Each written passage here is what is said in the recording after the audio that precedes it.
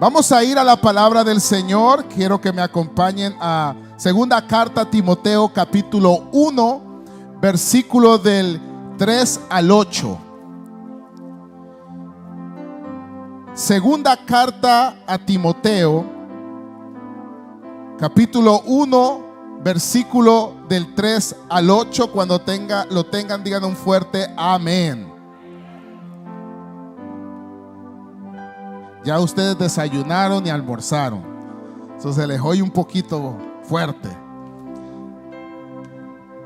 ¿Lo tenemos, hermanos? Gloria a Dios.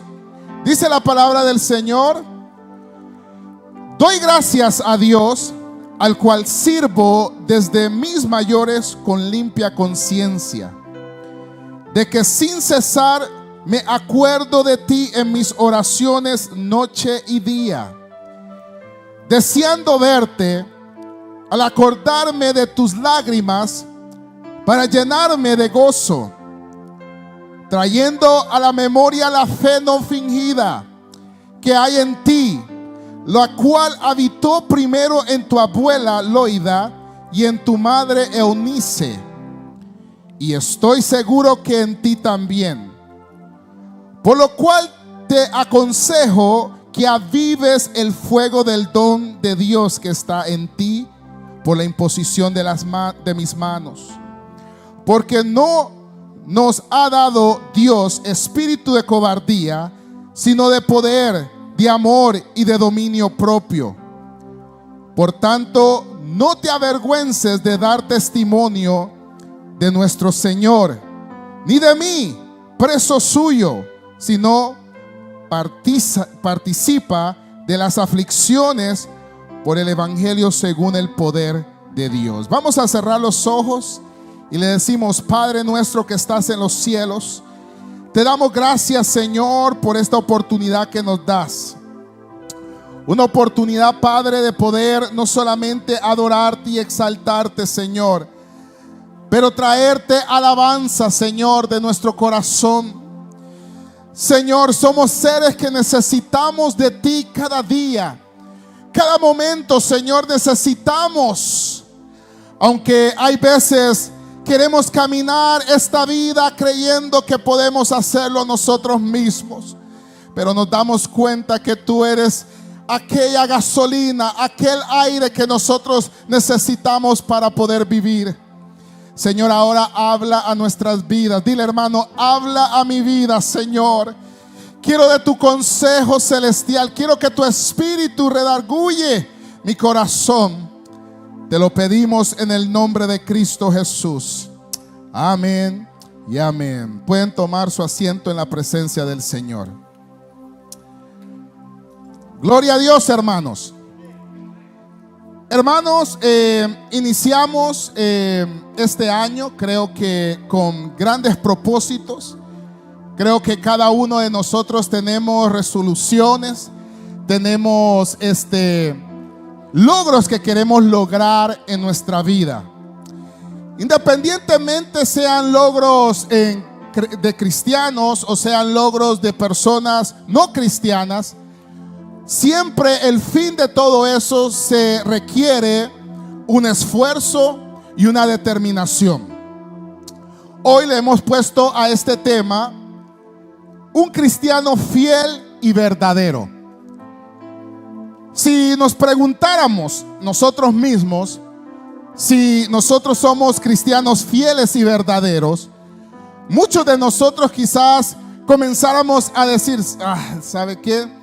Tengo ciertas cosas que necesito mejorar para llegar a esa fidelidad al Señor. O hay ciertas cosas que quizás en mi vida yo no aplico la verdad. Me cuesta aplicar la verdad en mi vida. Cuando digo aplicar la verdad, es la palabra de Dios a nuestra vida.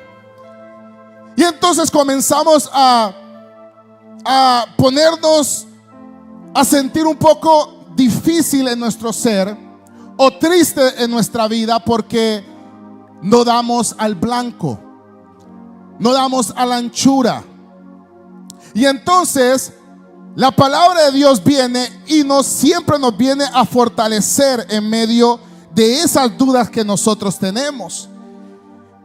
Porque cuando vemos la obra de Dios y la obra que los hombres han hecho en la obra de Dios, vemos que tanto mujeres y hombres fueron levantados y comenzaron a hacer una obra maravillosa, pero también tuvieron algo muy importante. Y es que la reacción que ellos tuvieron a las dificultades también fueron de una manera sobrenatural. En la Biblia nosotros podemos darnos cuenta de personas que padecieron hambre, padecieron enfermedades, padecieron situaciones críticas a sus vidas, donde ellos no menguaron, sino avanzaron creyéndole al Señor. Vemos que se enfrentaron con valentía y fe. Y esa fe de valentía no es una fe o una valentía humana. No es como que usted diga: yo nací valiente y por eso en el Señor yo soy valiente. No. La valentía que el Señor nos da depende de algo muy importante que el creyente debe de obtener de parte de Dios y debe de ejercitar. Y esa valentía proviene de algo sobrenatural. Y esa fe es imparable, esa fe que el creyente toma del Señor y comienza a vivir en el Señor, comienza a hacer cosas que quizás antes, sin tener a Cristo, podía ser una persona que todo le entraba duda a su corazón, todo lo cuestionaba, todo era como: ¿sabe qué? Ya no lo puedo hacer, no puedo avanzar. Pero cuando llega a obtener la fe del Señor, comienza a ser un ser imparable, comienza a ser alguien que todo lo que él se proponga hacer en el Señor lo comenzará a ver. Esta porción habla de un ministro, Timoteo. Pero antes de ser ministro, hermanos, él era un creyente. Amén. ¿Cuántos creyentes hay aquí? Antes de ser un predicador, antes de tener un grupo a cargo, él era un creyente. Era una persona que había creído en el Señor. Era una persona que estaba siendo desarrollado por medio de muchas personas. Uno de ellos era el apóstol Pablo, que era el que lo estaba guiando a él. Entonces Timoteo tenía ciertas complicaciones. Y es que Timoteo había llegado a una iglesia donde las personas o los individuos que estaban ahí en la iglesia, era la iglesia de Éfeso o de los Efesios, no mucho le agradaba la autoridad de Timoteo, porque Timoteo era una persona pasiva, era una persona que quizás no le gritaba, quizás no le llamaba a cuentas, sino que él dejaba que la gente hiciera. Y él decía, como muchos creyentes: allá que Dios se encargue de ellos. No era una persona ferviente, no era una persona que ellos quizás miraran que los milagros y los prodigios que miraron en el apóstol Pablo se estaban ejerciendo en Timoteo. Entonces ya la gente comenzaba a decir: ¿será que este es un hombre de Dios? ¿Será que este es igual como el apóstol Pablo? ¿O solo nos mandó a alguien para mientras? Pero comienza Pablo a decirle, y en la carta esta que él le manda, le comienza a decir: deseándote verte, el versículo 4, deseándote verte, al acordarme de tus lágrimas para llenarme de gozo. Es decir, que Pablo y Timoteo habían tenido un momento íntimo con el Señor. Un momento donde ellos pudieron ver el sufrimiento, ellos pudieron ver la necesidad que ellos tenían del Señor. Y dice él: trayendo a la memoria la fe no fingida que hay en ti, la cual habitó primero en tu abuela Loida y en tu madre Eunice, y estoy seguro que en ti también. Entonces él le dice: mira, la fe que yo te ubico a ti, Timoteo, es una fe que yo ya la he visto. Y la he visto de dos personas, de tu abuela y de tu mamá. Y esa fe que yo he visto de estas dos personas es la fe que yo creo que está en ti, que yo creo que tú has recibido. Por lo cual le dice él, y aquí es donde viene el consejo de Pablo. Pablo no le da ninguna otra estrategia para que Timoteo pueda mejorar la situación ahí en esa iglesia o en esa situación que está viviendo, sino que le da un consejo y le dice que avives el fuego del don de Dios que está en ti. Que avives el fuego del don de Dios que está en ti. ¿Cuál es ese don? ¿Cuál es ese don que Pablo debe de decirle? Mira, Timoteo, haz esto. O mira, Timoteo, comienza a irte a orar con estos hermanos. Mira, Timoteo, comienza a hacer esto en la iglesia. No, le dijo, aviva algo, un don que hay en ti. ¿Cuál es ese don que todo creyente tiene? No solamente Timoteo. Todo creyente que ha recibido a Cristo Jesús tiene el privilegio de tener ese don.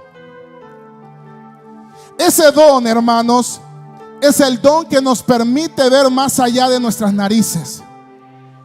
Ese don es el don que nos permite hacer las cosas que humanamente no podemos hacer. Es el don de cuando usted habla, el Espíritu de Dios comienza a sacudir el corazón del individuo. Es el don que lo hace a usted siempre estar dependiendo del Señor. Por eso le dice Pablo, aviva el don. Todos nosotros hemos sido llenos del Espíritu de Dios. Todos nosotros fuimos sellados con un espíritu. Y ese espíritu tiene que ser avivado, tiene que ser prendido para que nosotros podamos caminar en momentos difíciles. No solamente allá afuera en el mundo, no solamente en su casa, sino que también en todo lugar. Cuando digo en todo lugar, incluso aquí en la congregación, los que sirven. Ustedes saben que hay veces nosotros cuando servimos aquí en la iglesia, servimos y vienen personas nuevas, personas no creyentes, y hay veces ellos no entienden el protocolo de todo lo que nosotros hacemos aquí. Ese espíritu, como nosotros tenemos ese espíritu, dice la Biblia que ese espíritu nos da un dominio propio. Y entonces con ese dominio propio, nosotros no nos alteramos. Nosotros no nos enojamos porque sabemos mantenernos en nuestra casilla, no por nuestra propia cuenta, sino por el Espíritu Santo de Dios. Entonces nos ubicamos. Claro, humanamente usted quisiera decirle sus cuantas cosas a este maestro, a esta señora que vino. Usted le quisiera decir sus cuantas cosas, pero como el Espíritu de Dios está en usted, usted permite que el Espíritu Santo opere de una manera divina en usted. Porque no nos ha dado Dios espíritu de cobardía. Esto es lo otro. Digamos, el Espíritu Santo nos da un dominio propio, pero también el Espíritu nos da una valentía. Por eso le decía, no te ha dado un espíritu de cobardía. Ahora, esta palabra cobarde, usted la puede ubicar en muchas cosas. Digamos, una de las cosas es que hay veces la gente tiene temor de hacer la voluntad de Dios, de servirle al Señor. Porque la gente dice, no, es que yo no soy muy santo para servirle al Señor. Nadie lo es aquí. Bienvenido al club. Nadie lo es. Todos aquí estamos tratando y viviendo. Por eso le decía en el principio, estamos siempre procurando estar en la vid, pegados a la vid verdadera. Porque un día, una semana, un mes que nosotros nos apartemos de la vid, nos secamos espiritualmente. Por eso cuando la gente dice, no, qué tontos ustedes van a irse a meter allá. No, ahí en la casa, mírenlo por video. Nosotros decimos, no, es que porque es que hay una diferencia. Es que yo me congrego en la casa porque, claro, hay razones por qué me tengo que congregar, pero cuando el Señor dice, hijos, reúnanse para glorificarme y exaltar mi nombre, entonces yo vengo y lo hago. Yo vengo y lo hago. No porque alguien me lo dice, sino porque yo estoy oyendo la voz del Señor.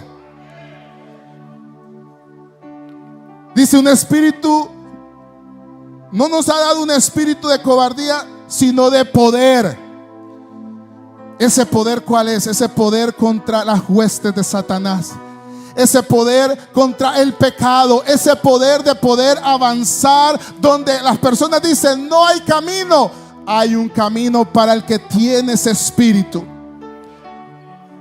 Pero lo importante de todo esto es que también es un espíritu que transmite o inyecta el amor.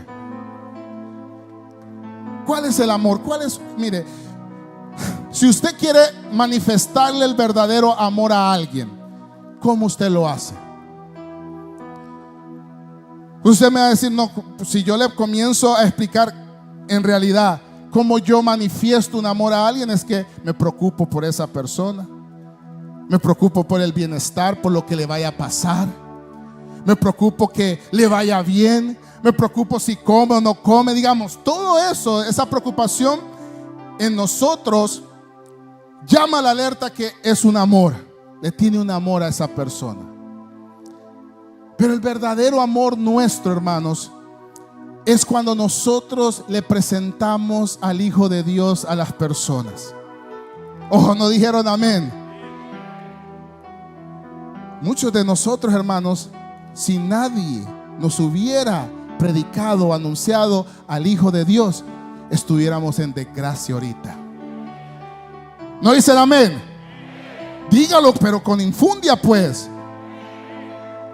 Sí, porque es que como pasan los años y pasan los tiempos y ya nos creemos muy ya que ya nos pertenecemos aquí en el Señor. Aquí nadie me saca.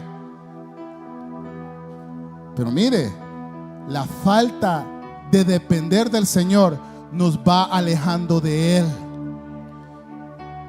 Entonces, si no hubiera alguien que hubiera tenido el amor por los perdidos, si no hubiera habido alguien que tuviera el amor por la obra de Dios, nosotros no hubiéramos oído del Evangelio de Cristo Jesús. Y dice, y de dominio propio. Le dice él, por tanto no te avergüences de dar testimonio de nuestro Señor, ni de mí, preso suyo, sino participa de las aflicciones por el Evangelio según el poder de Dios. Aquí Pablo le estaba diciendo a Timoteo, Pablo estaba preso. Entonces, claro, cuando una persona sabe que su líder está preso, y no estaba preso por hacer algo malo, sino estaba preso por predicar el Evangelio, Timoteo se sentía un poco incómodo predicar del Evangelio. Así como hay veces usted se siente incómodo de hablarle a alguien del Evangelio cuando usted está pasando por luchas y pruebas. Así cuando usted se siente incómodo y dice, ¿cómo le voy a hablar a Juliano si yo trabajo ni tengo? Él maneja un Mercedes, él tiene casa, y yo ni un Nissan, pero un Nissan del 87.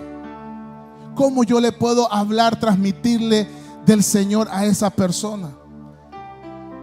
Es que mire, la necesidad del hombre es interna. El hombre puede tener todo en esta tierra, pero si el hombre no tiene a Cristo, está muerto en delitos y pecados. Entonces Pablo le decía, mira, el problema no es si yo estoy preso. Ese no es el problema. El problema es que, mira, tú tienes que padecer, tú tienes que ir y enfrentar la vida sabiendo que lo único que reina en tu ser es el Evangelio de Cristo Jesús. El poder que tiene el Evangelio. El Evangelio de Cristo Jesús tiene un poder, hermanos, para transformar al pecador, para darle vista al ciego, para levantar de entre los muertos a aquella persona que ya no tiene esperanza. El evangelio tiene poder. Gloria a Dios. Ahora Pablo le dice tres cosas, y estas tres cosas son las que yo voy a hablar. Una dice que Timoteo tenía, o los abuela y la madre de Timoteo tenía una fe que no era fingida. ¿Qué es una fe fingida? O le voy a hacer la pregunta: ¿acaso aquí hay alguien que finge tener fe? ¿Qué es una fe fingida? O se lo voy a poner de esta manera: ¿cómo nosotros reaccionamos con lo que Dios nos ha dado? ¿Cómo nosotros reaccionamos por lo santo? ¿Cómo vemos lo que hacemos en el Señor? ¿Cómo usted lo ve? ¿Y para quién usted lo está haciendo?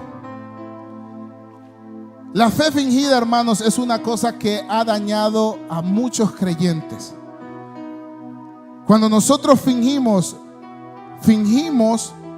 porque en realidad no estamos teniendo una devoción en nuestra vida espiritual. Solamente hacemos las cosas solamente por hacerlas. A algunos se les hace tradición.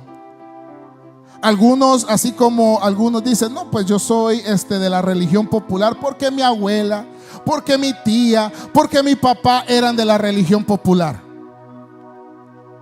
Pero de que ellos hayan tenido una revelación, no la tienen. De que ellos sepan lo que significa vivir en el evangelio de Cristo Jesús, no lo saben. Ellos pueden fingir, pueden venir a la iglesia, incluso pueden tener un privilegio dentro de la iglesia y no tener una verdadera fe.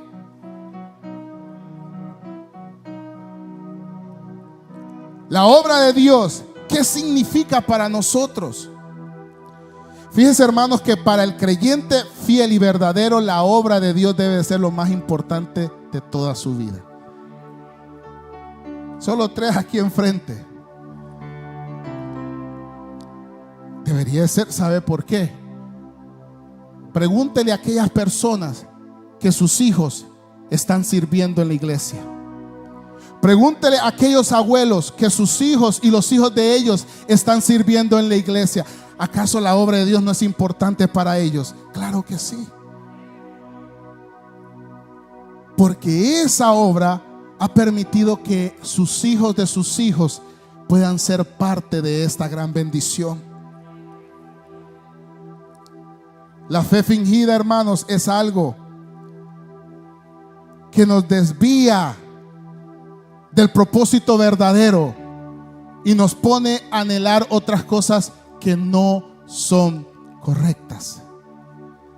Entonces la persona puede estar en una iglesia y tener cargos, tener privilegios y enfocarse solamente en eso y no enfocarse en lo verdadero. Y es en honrar al Señor, y es en vivir para Cristo, y es anhelar las cosas de arriba y no de abajo. ¿Cómo reaccionamos a las cosas que nos incomodan? Yo, cuando veo que alguien tiene una fe fingida, fácilmente lo noto. Cuando algo lo incomoda en una iglesia, se va. Sí, porque en todas las iglesias, en toda congregación va a haber algo que lo va a incomodar. Créamelo. Y no por testimonio, sino hable con esa gente que son como saltamontes, que andan de una iglesia a otra iglesia. Pregúntele, ¿por qué andan así? Porque siempre hay algo que los incomoda y se tienen que ir. No echan raíces en un solo lugar. No enfrentan las aflicciones, no enfrentan los disagreements con hermanos, no enfrentan nada de eso, entonces no tienen carácter espiritual. Entonces su fe es fingida.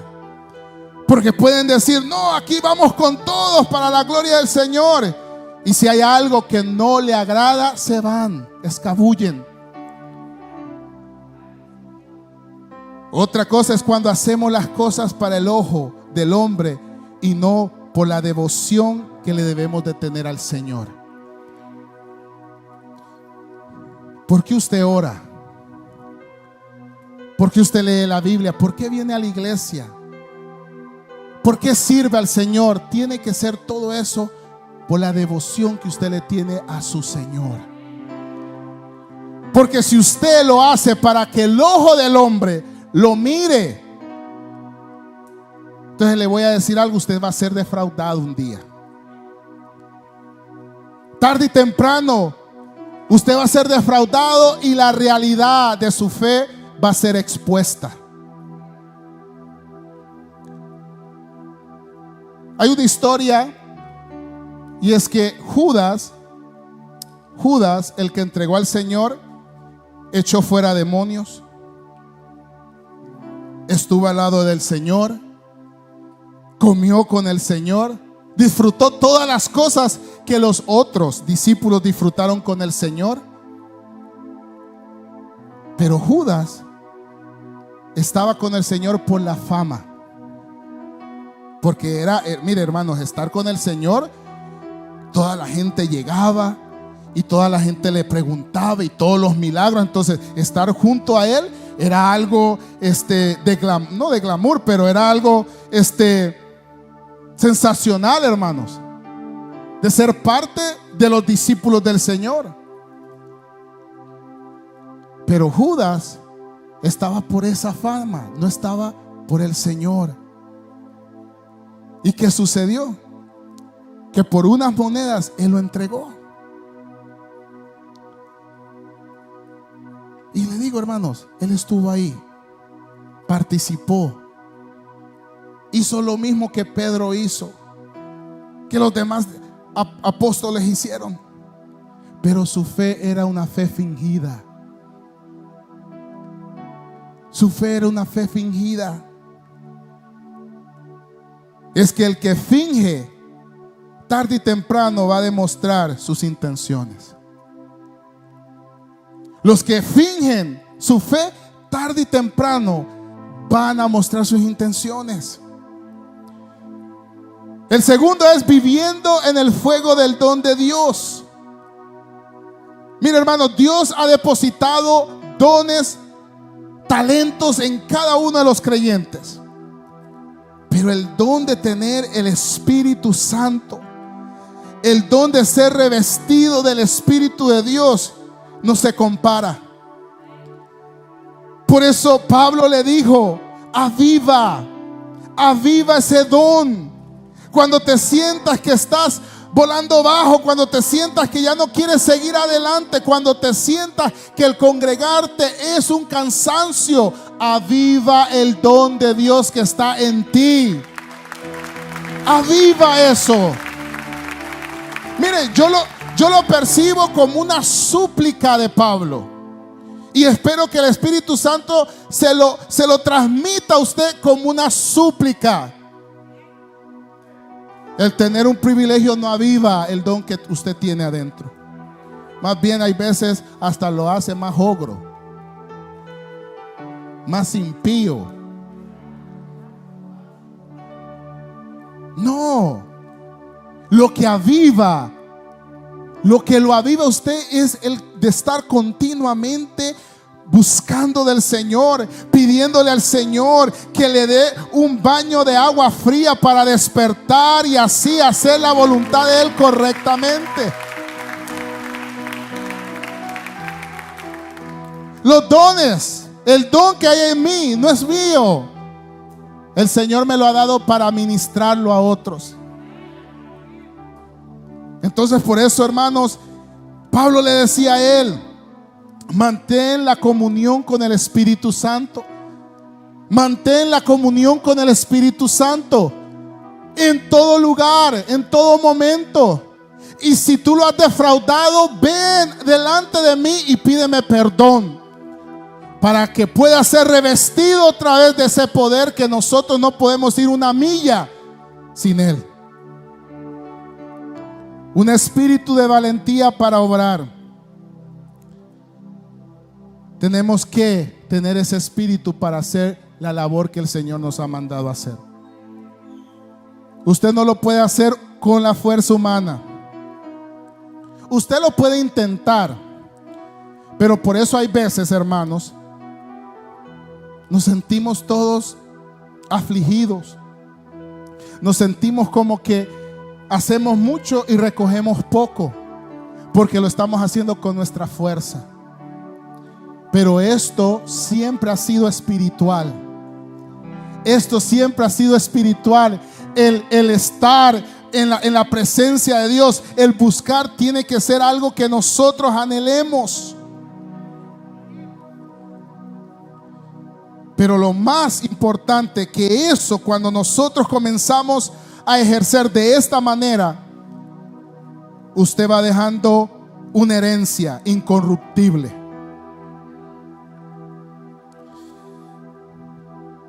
Una herencia incorruptible. ¿Qué es lo que su hijo ve en usted que hace que el don de Dios siempre está vivo? Digamos, sus hijos, nuestros hijos, hermanos, nos están viendo. Nuestros familiares igualmente. Pero pongámoslo más cerca de usted, sus hijos. ¿Qué es lo que usted demuestra o manifiesta? Que usted siempre está yendo a avivar el don que Dios ha puesto en usted. ¿Por qué? Porque esa herencia es lo que ellos tarde y temprano van a hacer también. Lo que ellos miran que usted está haciendo, ellos un día en su aflicción se van a recordar: mi mamá hacía esto, ella se ponía en ayuno cuando tenía estos problemas, mi papá comenzaba a leer la Biblia cuando no tenía una manera como dirigirse, mi papá hacía esto. Ellos lo van a comenzar a hacer también. Por eso es que Pablo le menciona, digamos, no le mencionó a la abuela y a la mamá solo por mencionársela, hermanos. Porque me imagino que Timoteo ya estaba todo afligido con ese montón de diablos que tenía ahí en la congregación, que le querían dar golpe de estado. Un montón de tipos que ahí estaban con las hachas y los machetes. Y Pablo en la cárcel, en el espíritu, él ya sabe que está afligido. Ahora, si la fe de la mamá y de la abuela no fue fingida, fue verdadera, le voy a decir esto: hey, si tú tienes la misma fe que tu mamá y tu abuela tienen, comiénzate a recordar qué era lo que ellas hacían en una situación de esas. Y esa es la herencia que nosotros le podemos dejar a nuestros hijos. Una herencia de fe. Una herencia de fe, de amor, que amemos esto lo que hacemos nosotros, y de poder en el espíritu. Claro, usted le puede dejar este dinero, le puede dejar carros, casas, todo eso, no le digo que no se lo deje, pero lo mejor que usted le puede dejar a sus hijos y a su familia es esta herencia. La herencia, hermanos, de que cada vez nosotros debemos de avivar el don que Dios ha puesto en nosotros, que no es negociable, que usted no puede vivir sin eso. Usted no puede, hermanos, porque esta vida que nosotros vivimos es una vida que requiere que nosotros estemos conectados con el Señor. Y lo más maravilloso de esto es que ellos nunca llegarán a pasar por las cosas que nosotros hemos pasado. Ellos llegarán a conquistar las cosas que a nosotros nos costó conquistar. Ellos llegarán a poder ver las cosas más claras. Aunque a nosotros nos costó, ellos lo verán más claro.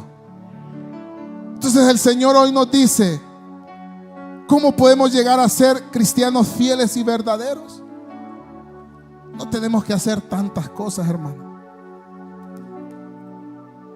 Porque hay unos que dicen, no, voy a irme al seminario a aprender teología y todo eso. Lo que se va a hacer es saberlo todo y al final no va a saber nada. Y tampoco le dijo Pablo, verte a un crucero y verte ahí a estudiar todo, a hacer todas las cosas del mundo para que puedas tener una perspectiva de la vida correcta. No, no le dijo eso. Le dijo algo que es barato, que usted no tiene que hacer nada. Lo único que tiene que hacer es invertir tiempo. Y es avivar el fuego del don que Dios ha puesto en usted. Eso es todo. Sí, esto del cristianismo lo hacen tan complicado, hermanos, que por eso la gente sigue tropezando. Pero esto es así, hermanos. Esto es estar siempre pegados a la vida verdadera. Y la gente va a decir, ¿y este cuándo va a caer si nunca veo que cae? ¿Por qué? Porque está pegado a la vida verdadera, hermanos. Siempre. ¿Y esta por qué le va bien? Si le miro que los hijos se han ido, que el esposo se le ha ido, pero ella sigue plantada creyendo en ese Dios. ¿Qué es lo que tiene? El ser un cristiano fiel es eso, enfrentar las cosas espirituales. No estar aquí, hermano, aquí estoy. Eso no es ser fiel. Ser fiel es enfrentar las cosas que el mundo te tira, pero con el pecho creyéndole al Señor que Él te dará la victoria.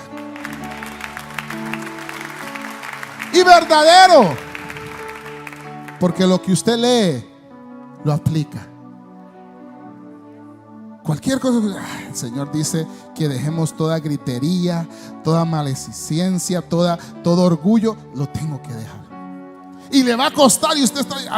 y mire, y esto es muy bonito porque usted va ya creyéndose la divina garza y dice, pero la Biblia dice que no, tengo que bajarme. Y usted le va a gritar a alguien y usted dice, pero la Biblia me habló que gritar y estar en contienda no es correcto. Usted va viviendo en la verdad. Entonces esto es lo que el Señor nos dice hoy, este año. Claro, yo le podía venir a decir, hermanos, este 2022 usted va a ser bendito, usted esto y esto. No, pero nada de eso va a surgir si usted no es un cristiano fiel y verdadero. Aunque usted haga lo que quiera, vaya y que le profetice a alguien, puro cuento. Comience a ser fiel y comience a aplicar la verdad en su vida y verá los frutos que desea en su vida. Amén. Vamos a cerrar los ojos, hermanos.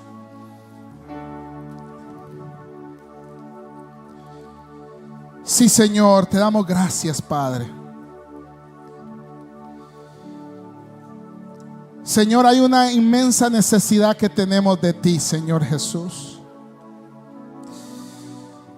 Señor, una necesidad que quizás las personas nos puedan ver y puedan pensar que todo lo hacemos por nuestra propia fuerza, pero no, Señor.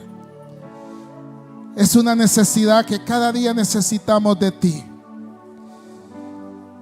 que es el mover de tu presencia la que nos fortalece, que tu espíritu que tú has puesto en nosotros es el que nos anima a seguir adelante.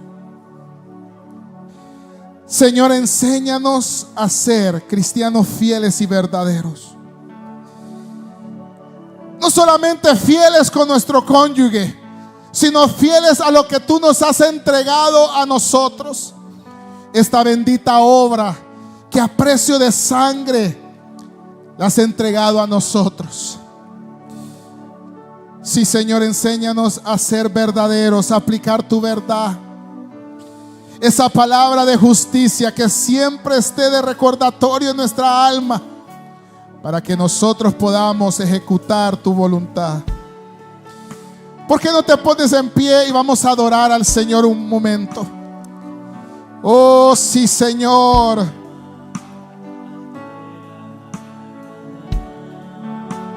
Sí, Señor. Mi primer amor. Dile. Eres tú, Jesús. Aleluya.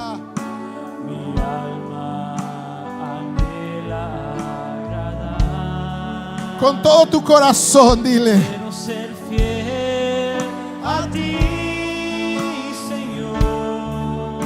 Aleluya. Quiero ser todo lo que esperas de mí. Y no amarte de palabras, sino en verdad. Una vez más, dile, quiero ser fiel. Quiero ser fiel